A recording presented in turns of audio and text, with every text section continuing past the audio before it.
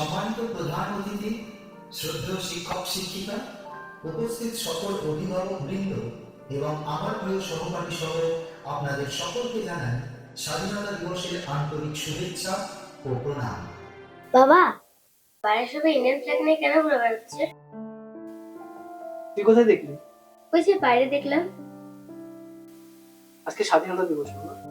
স্বাধীনতা দিবস মানে?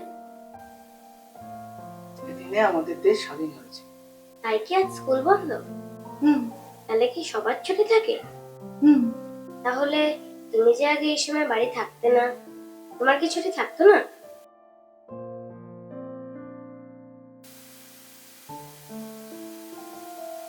না রে মা, আমার ছুটি থাকতো।